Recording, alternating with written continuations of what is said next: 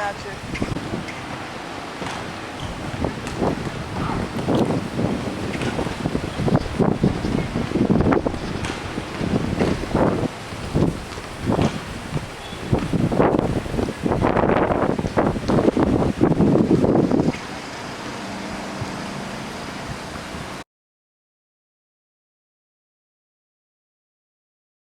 So my name is Batya Weinbaum. I'm 68 as this film is being made. I'm a veteran feminist of America. I came to the island for the first time in 1971. I started this project in 2013. I came back to the island in 1989, 1990. My father had died in Cancun. He drowned, and I wanted to see where he drowned, and then I came over to fortify myself, and because I remembered how healing the island was when I was here in 1971, and I was on a break from graduate school, and I decided to turn my dissertation into writing about folk culture on the island, because I'd been in graduate school at University of Massachusetts at Amherst, and I swore I wasn't going to go back to the country until I was pregnant, and I got pregnant here with a local. I was trying to conceive naturally in the sea here because the island is called the Island of Women, and I thought I could conceive naturally because the patron saint of the island is the Virgin of Immaculate Conception. Not being Catholic, I thought that meant that there was actually energy of the sea here that I could conceive naturally. So anyway, I wrote my dissertation at UMass Amherst in the English department, but it was an interdisciplinary dissertation, and I researched the history of how the island got its name and explored the archetype of Amazons and the motif in folklore of islands and women as a concept, and I researched folk life on the island, and here I am years later still living here, which is a long story. But anyway, you can read a lot of the story in Islands of Women and Amazons, Representations and Realities, which is a book that came out from the University of Texas Press, and you can get that, and it came out in 1999 or 2000, and I did give birth on the island in 1992, working with the Mayan midwife and the Red Cross, and that's all written about in the book too, and you can get it on Amazon, and I republished it in 2016. As a Kindle book with color pictures, color field photographs. So I hope you enjoy the book and this wonderful movie.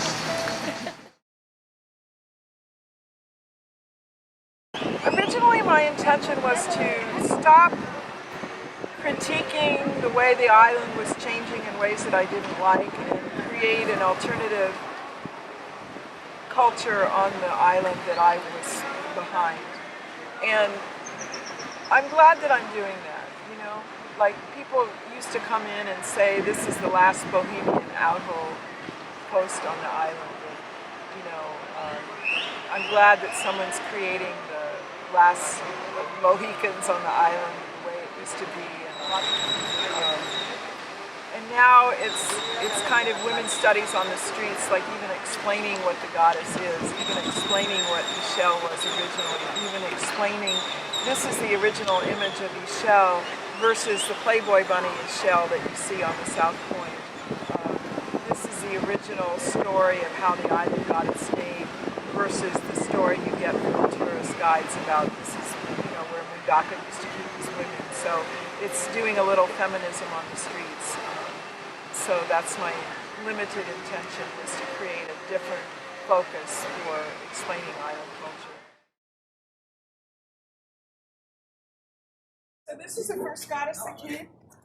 We call her Ma de Samuria, and she's got these two wings here. And when we first started, some kids were working with us, so they thought she was a butterfly, so we gave her 2 extra wings here. And she's typified by holding her breast. That makes her a fertility goddess. And she has a hat. Most of the goddesses have pointed hats. They're called cone of power hats. So she's bringing energy straight down to enhance her fertility. And this ends around her pelvic area. And this is what she looks like in her original archaeological drawing. I took the original archaeological drawing that I had and sent it to Tosco, and I sent it to Tosco and they made necklaces, but I also sent it to Puebla and they made tiles for us. And she's a fertility goddess. She's holding her breasts like this. The original fertility goddesses were holding stalks of trees like this. And then they started holding their breasts as history evolved, and then they had children all over them, and then as history evolved, they had just one child on their hip, and then we got married. So, and originally, as I said inside on the tour, we were buying tiles, and it was very expensive, and then we began to use tiles that we picked up off the streets. And so she's got also some original amethyst that I bought in a precious gems market in Montevideo. Sumeria is in the area like the near Middle East, and her temples were under attack and being destroyed by ISIS, so we had a calling to give her a channel in the area to get through, a place for her to land. This is Ashura, and she was the original creator of the universe, and then she was the wife of, the consort of Baal in Babylonian culture, and then she was Ashura of Israel. She was the wife of the Israel god, the Israeli Hebrew god, and she's usually got eyes and a nose that they've fallen off, and usually we have to repair when we come back. And she's got black hair and dark braids, and she's also holding her breasts up. And since we're family friendly on the streets, we don't actually put the details of the breasts. This goddess has many breasts, but we're representing them by shells, and she's also got the pointed hat, and this is the construction going on next door. This is part of a building. We've only got one of the apartments in the building. So, but she's Artemis of Ephesus, and this is a statue that's still on the island in Turkey, and it represents the goddess of the Amazons. In the island, the Amazons, the rumor or the myth is they used to cut off their breasts and give them to the goddess, but who knows if they really did that. When I researched how that book that I mentioned that I wrote was used in scholarship, I found out there was a contemporary doctor of plastic surgery, and he said that the Amazons cut off their breasts in order to build their muscular strength. Not because the breasts got in the way of archery, but to build their muscular strength. And so he tells women that when they get nervous about why they have to have their breasts cut off. He says it's a good thing. Every day we put a spiritual saying here, and this is an announcement of a women's march over at Cancun. And a lot of times people stop and they read this and they discuss it. Sometimes it's lines of poetry, spiritual masters, and anyway, so this is another cone of power hat. Hola. This is a tourist walking There is only one God. That's according to you. These cones of power hats came down to us through the medieval ages through the witches. They all have the pointed hats.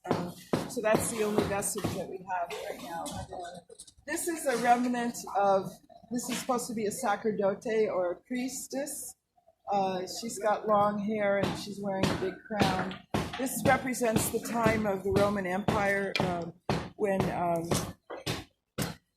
the Roman Emperor was trying to get the Sibyllian books because he heard this the Sibyllian priestesses had predictions of how to save the world, and they had to do with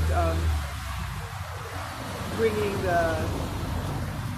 the mother goddess rock from Turkey to the Roman Empire. So he finally got the priestesses' books from him after paying a very high price, and he went to the temple to see if that's really what he should do, and the answer was yes. So he went with all of his, chariots and horses and everything, and went up to the top of the mountain and brought this big rock back into Rome, and they paraded through the streets and set up this big rock next to the Forum in Rome, and they consulted the mother rock every time before they went to war or made any decisions. And so his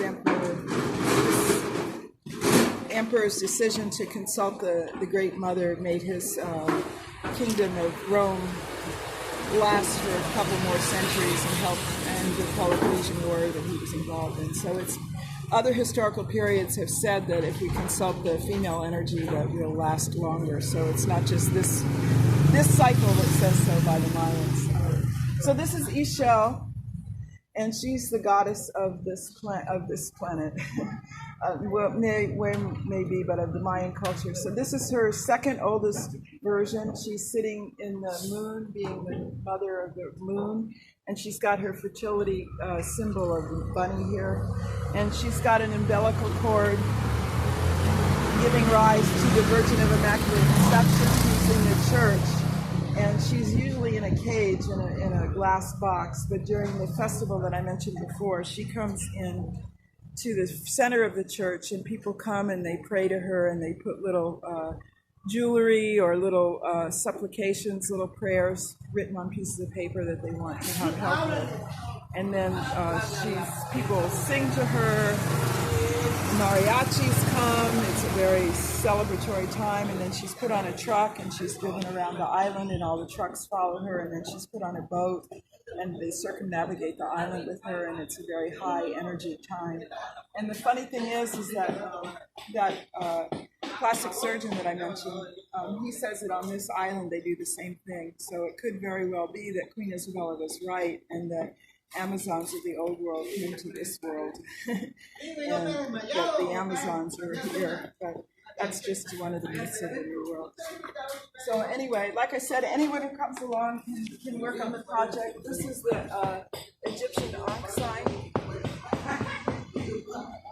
that was put up by two guys named Tim and Tom, I think their names were. And this is an Egyptian sign for life. This was put up by a cartoonist from Canada named Jesse. It's got the name of the island, Femenina, a name of the project, Femenina Sube.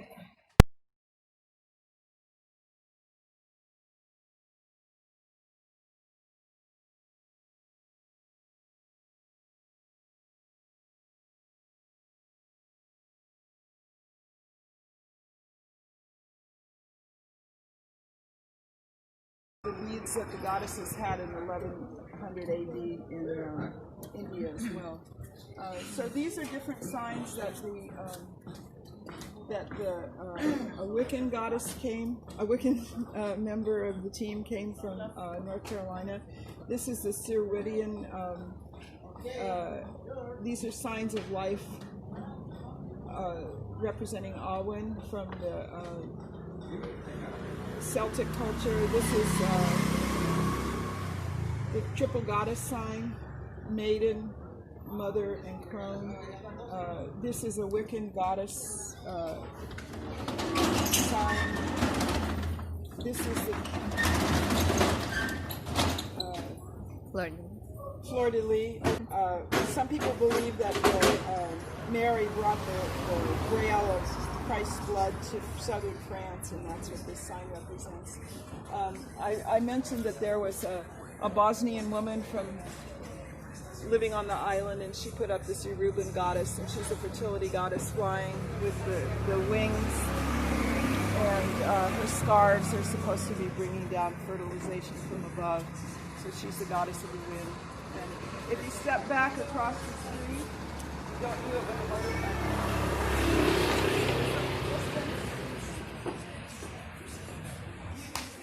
They're all merging together across time and space and culture, so we're supposed to be showing transnationalism across time and space, and it's very different than the nationalism that gives rise to war.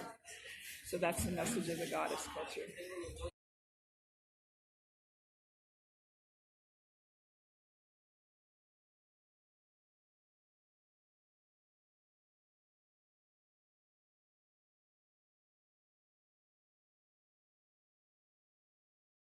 My culture. So this is Freya. She's a Norse goddess, and she's traveling around in her boat in the Netherlands, and she's teaching all the Norse gods and goddesses how to channel and be shamans. And she's traveling with her cats, and she's looking for her lost husband, and she's got swords here with her, and her hair is actually made from seaweed a combination of seaweed and hair that a guy that was working cut his hair off to put his hair into the project. So there's all kinds of people, there's all kinds of aesthetics. It's an art installation because it's right in the walls. It can't be taken away and put in a museum except through photographs. And we have a large social media presence because people come along and take pictures and then put it on their Facebook or their Instagram accounts, and so it gets seen around the world, and people come because they've seen it on the social media accounts of their friends. After our 45th president got elected, and there was going to be a big women's march in January of 2017. I don't know if y'all remember that, but we put up "Not Our President, People Meet Here, 1 p.m." We had a big march of 100 people. But one of the reasons it was so big is because people who were already traveling to Isla Mujeres, their friends sent them that they had seen this posted. And so they showed up to the island and they said, where's the march? And we said, right here. So we had a big presence at the march. So there's a way in which it's a physical art installation, but it also has a lot of currency on social media. And so it has a life of its own. And we never know when the life is going to end, because right now the owner of the building is fixing up the apartment next door, so maybe she's going to kick us out, we never know.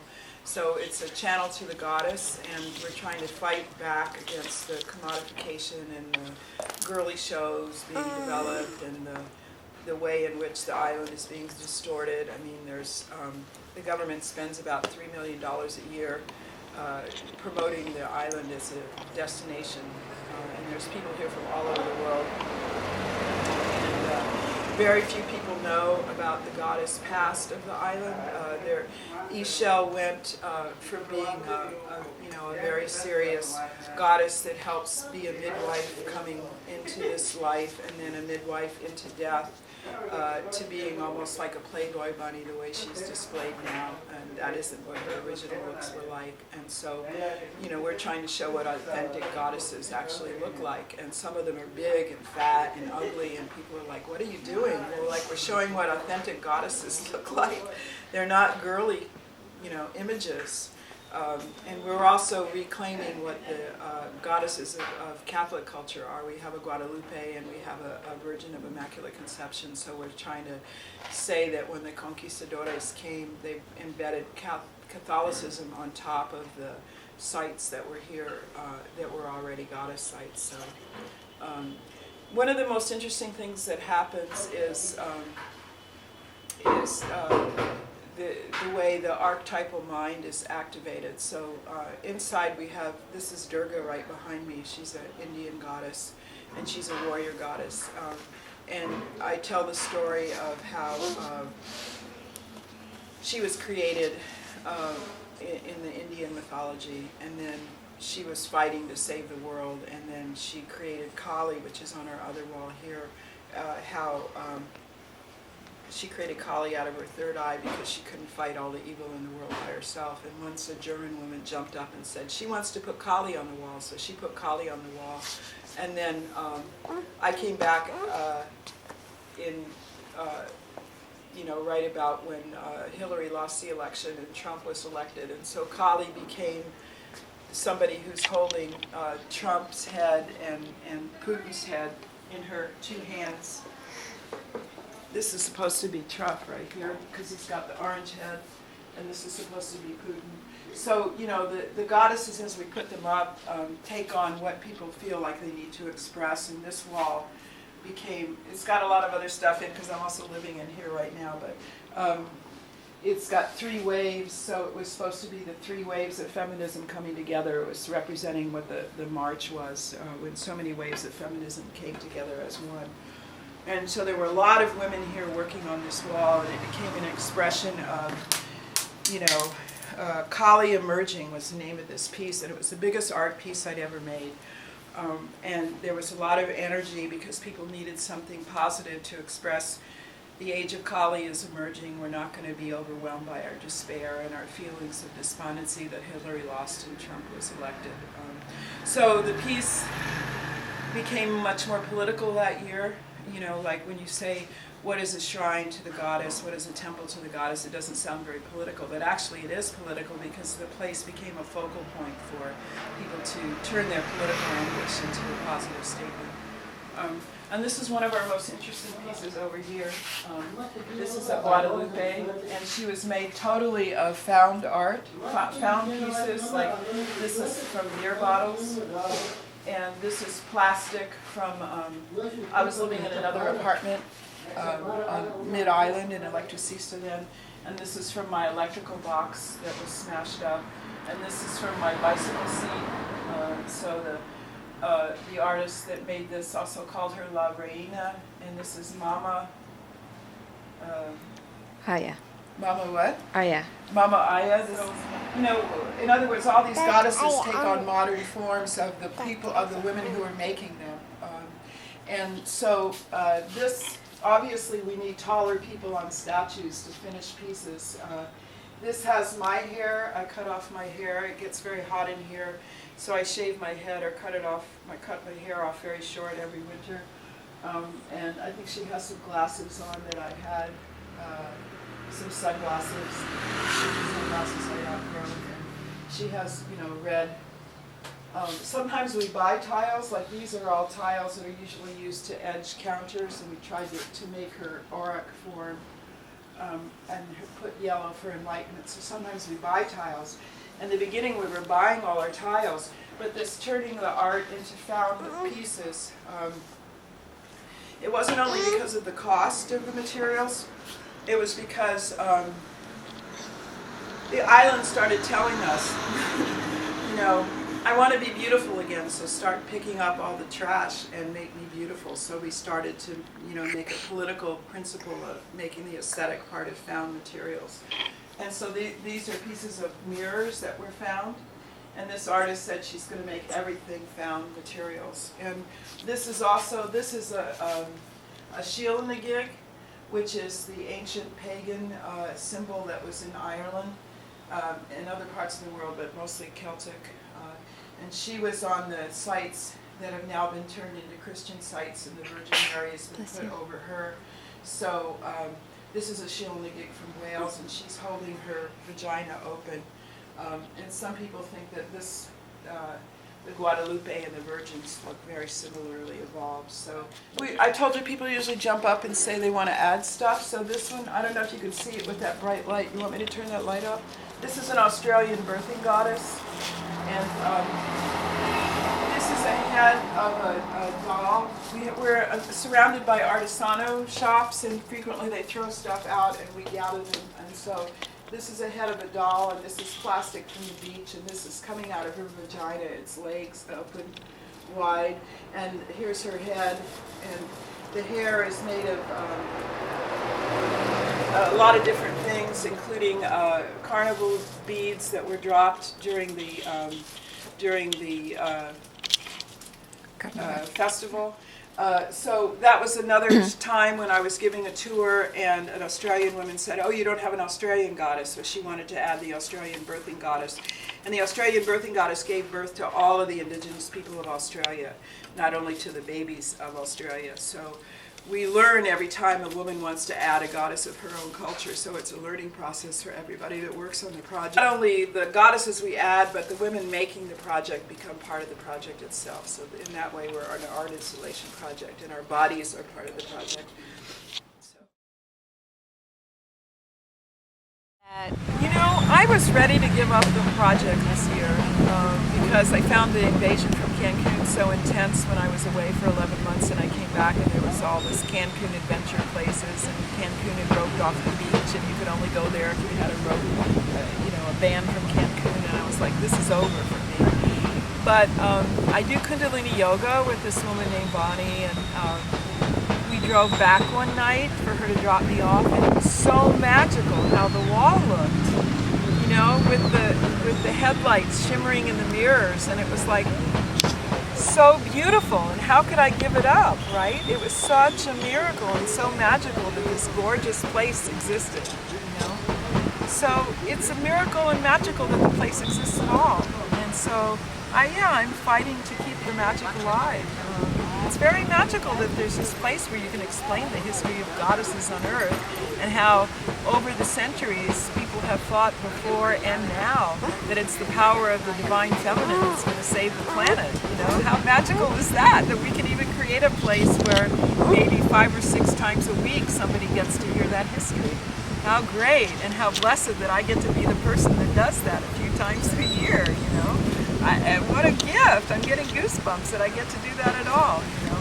And I go to a spiritualist church at home, and sometimes I get a message, you know, that the goddesses are very happy that I'm doing this. And, you know, as crazy as that sounds, it feels good, you know.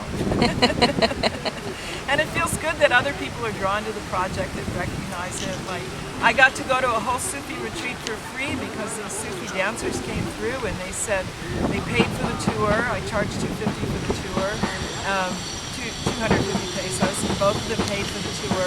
And at the end of it, they asked me to go to this Sufi retreat in Acumel, which I went to, and one of the women paid for it. And so as a result of that, I also went to the Sufi camp, and I had, you know, free hotels, you know, in exchange for poems and cards and other things, you know. But I got to go to a Sufi camp for a week, and now I'm going to go stay in the farm in Tennessee with this other Sufi dancer I met. So my life is changing magically because I have this place that I kept open, and other people are so impressed and wowed and drawn to the energy. So it's magically changing my life. And it's because I'm on this island doing this magical thing that my life is magically changing, and I'm getting drawn like a magnet to some community, you know. And I need to be in community now. I need to be in spiritual community.